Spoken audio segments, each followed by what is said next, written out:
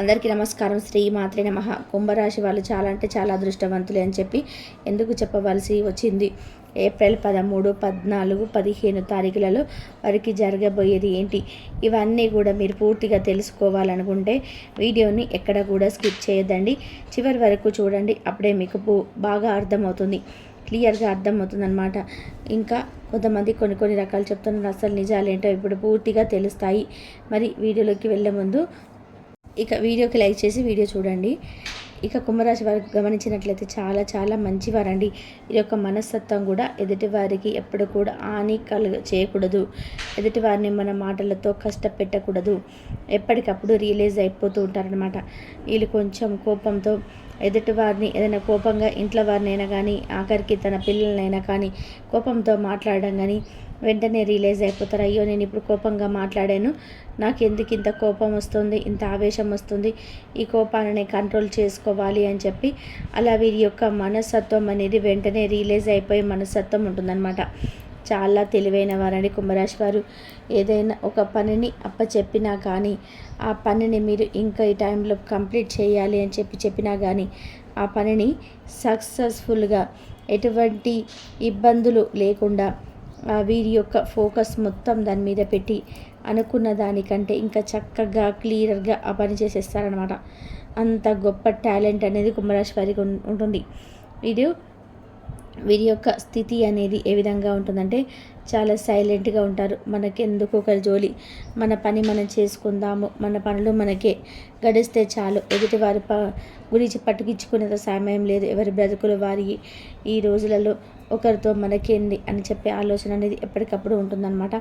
వీరికి డబ్బు దగ్గర చాలా జాగ్రత్తగా ఉంటారు. ఎందుకంటే వీరికి డబ్బు యొక్క విలువ అనేది బాగా తెలుసు కాబట్టి కష్టపడి పనిచేస్తారు. ఆ రూపాయి వచ్చిన రూపాయితో కనీసం ఒక 10 రూపాయల ఆదాయం వచ్చిందంటే 10 రూపాయల రూపాయి 2 రూపాయలు మాత్రమే ఖర్చు చేసుకుంటారు.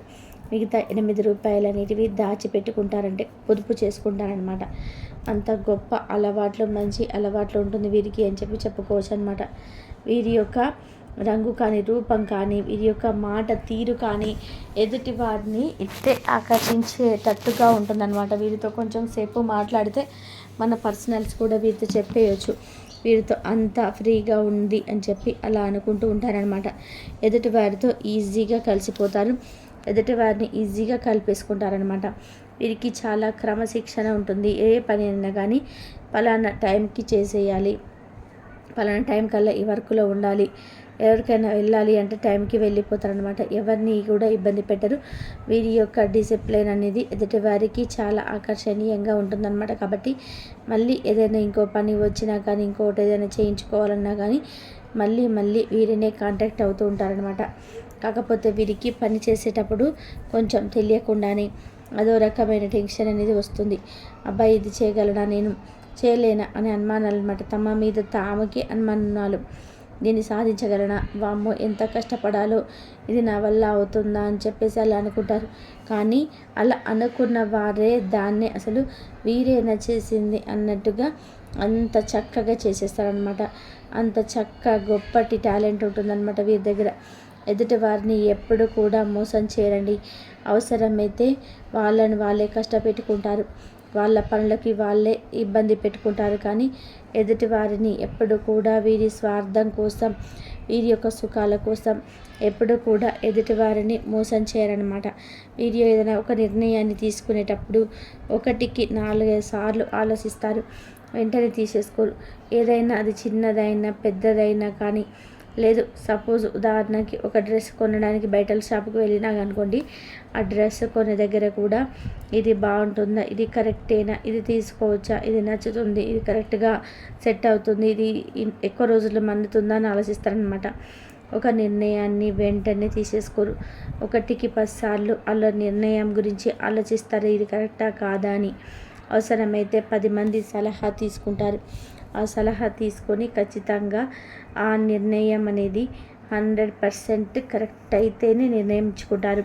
వీరు గనక ఏదైనా ఒక పనిని ఒక నిర్ణయించుకున్నారంటే ఒక విషయం పట్ల దానికి ఇక ఎదురనేది ఉండదన్నమాట. అంత పర్ఫెక్ట్గా ఉంటుంది అని చెప్పుకోవచ్చు అనమాట. ఇది నిర్ణయం అనేది కొంచెం కోపం ఎక్కువగా ఉంటుందండి కుంభరాశి వారికి. కాస్త కోపాన్ని తగ్గించుకోవాలి. ఆల్రెడీ ఆటోమేటిక్గా మనం గమనించినట్లయితే మంచి వారికి ఎక్కువ కోపం వస్తుంది. కొంతమంది మాటలతో తెలివితేటలతో ఇప్పుడు బయట జనం ఎలా ఉన్నారు చెప్పండి.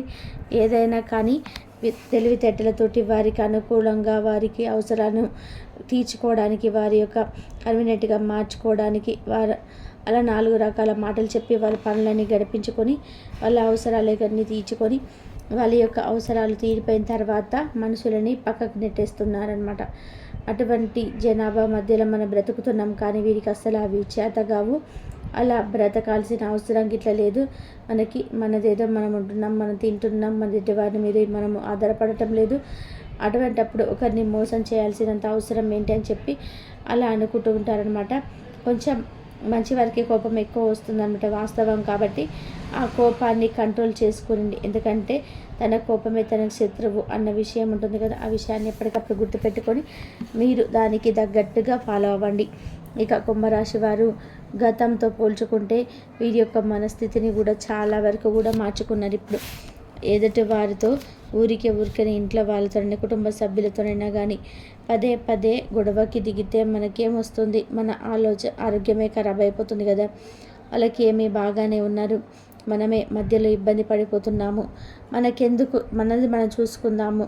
మన లైఫ్ ఏంటి, మన బ్రతికేంటి, మన ఆరోగ్యం ఏంటి, మన తిండి ఏంటి, మన నిద్ర ఏంటి, ఇది మనం చూసుకుందాము. అంతేకాని ఎదుటి వారితో పదే పదే వాదనలకు దిగడం కూడా కరెక్ట్ కాదని చెప్పేసి వాళ్ళే రియలైజ్ అయిపోయి చాలా వరకు కూడా మారారని చెప్పుకోవచ్చు. ఇది నిజంగా మారడం అనేది వీరికి ఒక అదృష్టంగా భావించవచ్చు. ఎందుకంటే గతంలో కొన్ని రకాలైన కుటుంబ సమస్యల వలన ఎన్నో రకాల ఇబ్బందులను ఫేస్ చేశారు కుంభరాశి వారు. దీనివల్ల వీరికి కొంచెం హెల్త్ కూడా అప్సెట్ అయింది, మానసికంగా కూడా చాలా కుంగిపోయారని చెప్పుకోవచ్చు అనమాట.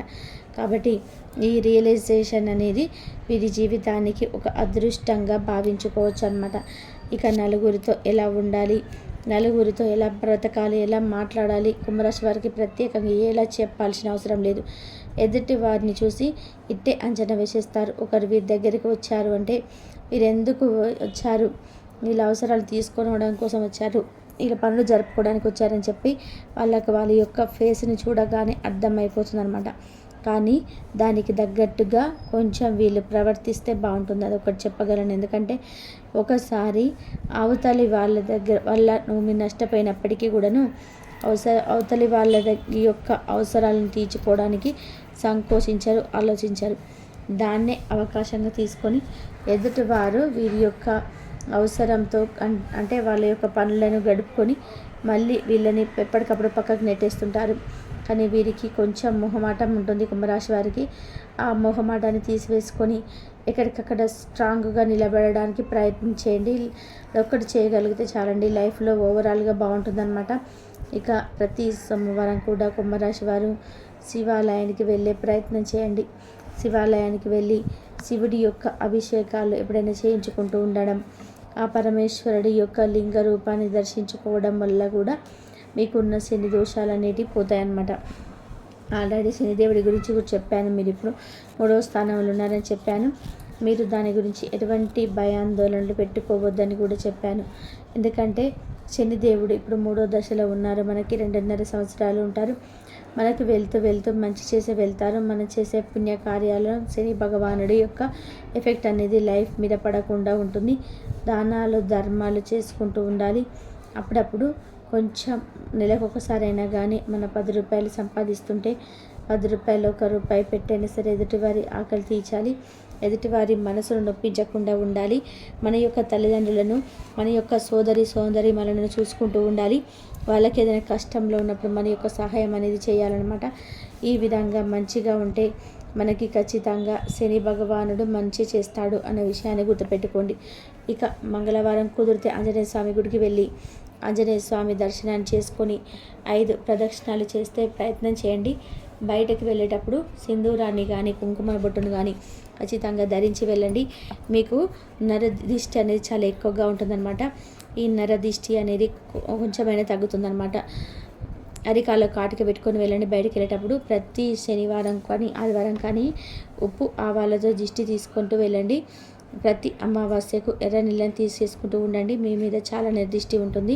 మీ యొక్క తెలివితేటలకి కానీ, మీ అందమైన రూపానికి కానీ, మీ యొక్క మాట తీరుకు కానీ ఎదుటి వారికి ఇట్టే ఆకర్షింపబడతారు మీరు. కాబట్టి కొంచెం నరదిష్టి ఎక్కువగా ఉంటుంది అని చెప్పుకోవచ్చు అనమాట. కాబట్టి నరదిష్టి అనేది ఎప్పటికప్పుడు తొలగించుకుంటూ ఉంటే మీ మీద నెగిటివ్ అనేది పడకుండా ఉంటుందన్నమాట. దానివల్ల ఆరోగ్యం బాగుంటుంది. మానసికంగా కానీ శారీరకంగా కానీ మీ ఆరోగ్యం బాగుంటుంది. ఇక మీ చుట్టుపక్కల ఎవరైతే మిమ్మల్ని టార్గెట్ చేసి మిమ్మల్ని ఎవరైతే ముంచాలని చెప్పి చూస్తున్నారో ఆల్రెడీ మీకు తెలుసు. ఎందుకంటే ఎదుటి వారిని చూసి మీరు ఇట్టే అంచనా వేయగలరు. వారితో మొహమాట పడకుండా కాస్తంత జాగ్రత్తగా ఉండే ప్రయత్నం చేయండి. ప్రతి శనివారం కుదిరితే వెంకటేశ్వర స్వామి గుడికి వెళ్ళి స్వామివారి దర్శనం చేసుకునే ప్రయత్నం చేయండి. ఇక స్వామివారికి రావి చెట్టు కింద నేతి దీపాన్ని పెట్టే ప్రయత్నం చేయండి. స్వామివారికి పిండి దీపం వెలిగించే ప్రయత్నం చేయండి. దీనివల్ల కూడా మీకు జాతక దోషాలు, శని దోషాలు లాంటివి కాస్త తగ్గుముఖం పడతాయన్నమాట. ఇక అంతేకాకుండా ఓవరాల్గా చూసుకుంటే కుంభరాశి వారికి అంతా కూడా బాగానే ఉంటుందండి. 3 రోజులు కూడా వృత్తిపరంగా కానీ, ఉద్యోగపరంగా కానివ్వండి, వ్యాపార పరంగా కానీ, కుటుంబ పరంగా కానీ, సంతాన పరంగా కానీ అంతా బాగుంటుందని చెప్పుకోవచ్చు. మీరు వినబోతున్న శుభవార్తలు ఏంటంటే కనుక విద్యార్థులకి త్వరలో ఒక గుడ్ న్యూస్ వినబోతున్నారు. వీరు అనుకున్నవి చక్కగా అనుకున్న మార్కుల కంటే అంటే రిజల్ట్ కోవటం ఎదురు చూస్తుంటారు కదా, ఆ రిజల్ట్ అనుకున్న దానికంటే కూడా ఎక్కువగా మార్కులతో ఉత్తీర్ణత సాధిస్తారు. ఇది చాలా గుడ్ న్యూస్ అనమాట వీరికి. ఇక అంతేకాకుండా సంతాన భాగ్యం కోసం ఎదురు చూసే వాళ్ళకి ఒక గుడ్ న్యూస్ అయితే వినబోతున్నారనమాట. సంతాన యోగం అయితే వీరికి కలగబోతుంది. ఎవరైతే వివాహం కోసం ఎదురు చూస్తూ ఉన్నారో వారికి వివాహ భాగ్యం అయితే కలగబోతుంది అని చెప్పుకోవచ్చు అనమాట. ఇంకా వచ్చేసి రియల్ ఎస్టేట్ వాళ్ళు, శని రంగ పరిశ్రమల వారికి కూడా ఈ 3 రోజులు చాలా బాగుందండి. ఇక ఓవరాల్గా చూసుకుంటే 3 రోజుల్లో ప్రయాణం అనేది మీకు ఒక రోజు తగులుతుందనమాట. ఆ ప్రయాణం కూడా మీకు ఒక వృత్తిపరంగా జరుగుతుంది. దాని వల్ల కూడా లాభాలు వస్తాయని చెప్పుకోవచ్చు అనమాట. ఇక గోమాతకి పూజ చేస్తూ ఉండండి. గోమాతకి ఏదైనా ఆహారాన్ని తినిపిస్తూ ఉండండి. ఓవరాల్గా చూసుకుంటే 3 రోజులు కూడా మీకు ఎటువంటి కష్టాలు కానీ, నష్టాలు కానీ, దుఃఖాలు కానీ ఏమీ లేవు. కొంచెం హెల్త్ పరంగా జాగ్రత్తగా ఉండండి. టైంకి తినండి, టైంకి పడుకోండి. ఇంకా వచ్చేసి వ్యాపార పరంగా కొంచెం టెన్షన్ని, ఒత్తిడిని తగ్గించుకోండి. ప్రతిదీ కూడా స్మూత్గా గడిచిపోతుంది. కంగారు పడాల్సిన అవసరం ఏమీ లేదు. ఈ 3 రోజులు కూడా మీకు హ్యాపీగా ఉంటుందని చెప్పుకోవచ్చు అనమాట. చాలా హ్యాపీగా ఉంటుంది. కాబట్టి ఎదుటి వారిని కూడా ఎప్పుడు కూడా మోసం చేయరండి కుంభరాశి వారు. అవసరమైతే వాళ్ళే కష్టపెట్టుకుంటారు కానీ, వాళ్ళ పనులకి వాళ్ళే ఇబ్బంది పెట్టుకుంటారు కానీ ఎదుటి వాళ్ళని ఎప్పుడు కూడా వీరి స్వార్థాని కోసం, వీరి యొక్క సుఖాల కోసం ఎప్పుడు కూడా ఎదుటి వారిని మోసం చేయరనమాట. వీరు ఏదైనా ఒక నిర్ణయాన్ని తీసుకునేటప్పుడు 1కి 4 సార్లు ఆలోచిస్తారు. వెంటనే తీసేసుకోరు. ఏదైనా చిన్నదైనా పెద్దదైనా వీళ్ళు కనుక ఏదైనా కానీ ఒక పనిని అంటే ఒక నిర్ణయించుకున్నారంటే ఒక విషయం పట్ల దానికి ఇక ఎదురు అనేది ఉండదన్నమాట. అంతా పర్ఫెక్ట్గా ఉంటుందని చెప్పుకోవచ్చు అనమాట. ఈ నిర్ణయం అనేది కొంచెం కోపం ఎక్కువగా ఉంటుందండి. కుంభరాశి వారికి కాస్త కోపాన్ని తగ్గించుకోవాలి. ఆల్రెడీ ఆటోమేటిక్గా వాళ్ళు మనం గమనించినట్లయితే మంచి వారికి ఎప్పుడు కోపం వస్తుంది. కొంతమంది మాటలతో, తెలివితేటలతో, ఇప్పుడు బయట జనం ఎలా ఉన్నారు చెప్పండి, ఏదైనా కానీ తెలివితేటలతోటి వారికి అనుకూలంగా వారి అవసరాలకి తీర్చుకోవడానికి, వారు కన్వీనియంట్గా మార్చుకోవడానికి అలా 4 రకాలుగా మాటలు చెప్పి వారి పనులు అనేవి గడిపించుకొని వాళ్ళ అవసరాలన్నిటి తీర్చుకొని వాళ్ళ యొక్క అవసరం తీరిపోయిన తర్వాత మనుషుల్ని పక్కకు పెట్టేస్తూ ఉంటారు కదా, అలాంటివంటి జనాభా మధ్యలో మనం బ్రతుకుతున్నాం. కాబట్టి కొంచెం జాగ్రత్తగా ఉండండి. ఇంతవరకు చూసినందుకు ధన్యవాదాలు.